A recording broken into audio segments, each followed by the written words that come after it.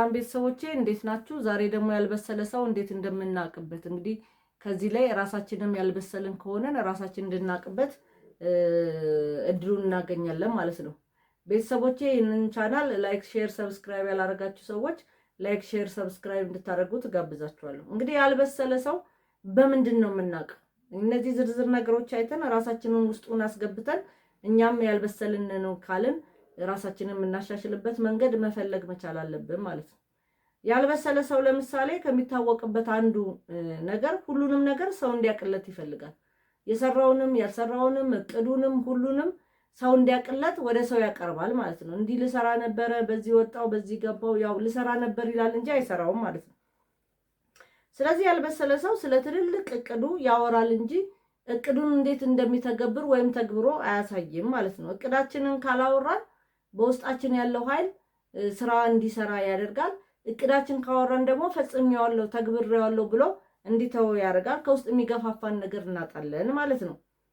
እንደዚሁ ያልበሰለ ሰው ምን ይሆናል? ፈጣን ለውጥን ይፈልጋል። ፈጣን ለውጥ ራሱ ግን መለወጥ አይፈልግም። ስለዚህ ፈጣን ለውጥ ይፈልጋል።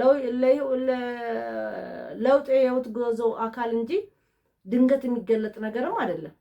ድንገት ቢገለጥም ጠቃሚም አይደለም፣ ዘለቄታዊም የለውም። ግን ያልበሰለ ሰው ቶሎ መለውጥ፣ ቶሎ ሀብታም መሆን፣ ቶሎ ምናምን መሆን፣ ቶሎ በቃ የሚፈልገውን ነገር ቶሎ እጁ እንዲገባ ይፈልጋል ማለት ነው። ሶስተኛ እኔ አዋቂ ነኝ ይላል። ሊያስተምሮ የሚፈልገውን እድሉንም ይገፋል። ሊያስተምሮ የሚፈልግም ሰው ካለ ያንን ሰው አይቀበልም ማለት ነው። ስለዚህ ሁልጊዜ እኔ አውቃለሁ ስለሚል አይማርም ማለት ነው። ለውጥን ደግሞ ይፈራል። ቶሎ ለውጥን ይፈልጋል፣ እንደገና ለውጥን ደግሞ ይፈራል ማለት ነው። ሁለቱ አብሮ የሚሄዱ ነገሮች አይደሉም። ለውጥን ከፈለግን ለመለወጥ ሬዲ መሆን መቻል አለብን ማለት ነው። ስለዚህ ሁለቱ ተቃራኒ ነገሮች ናቸው። በአምስተኛ ደረጃ ለጊዜ ዋጋ አይሰጥም። ጊዜ ሁልጊዜ ለሱ ሙሉ እንደሆነ አድርጎ ነው የሚያስበው።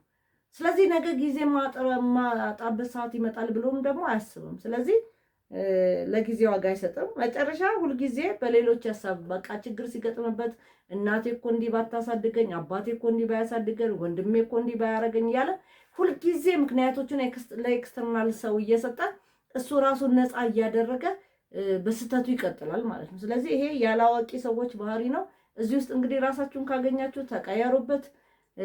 ቤተሰቦቼ ላይክ፣ ሼር፣ ሰብስክራይብ እንድታደርጉት እየጋበዝኩኝ ዛሬን ፕሮግራም በዚህ አቆማለሁ። አመሰግናለሁ።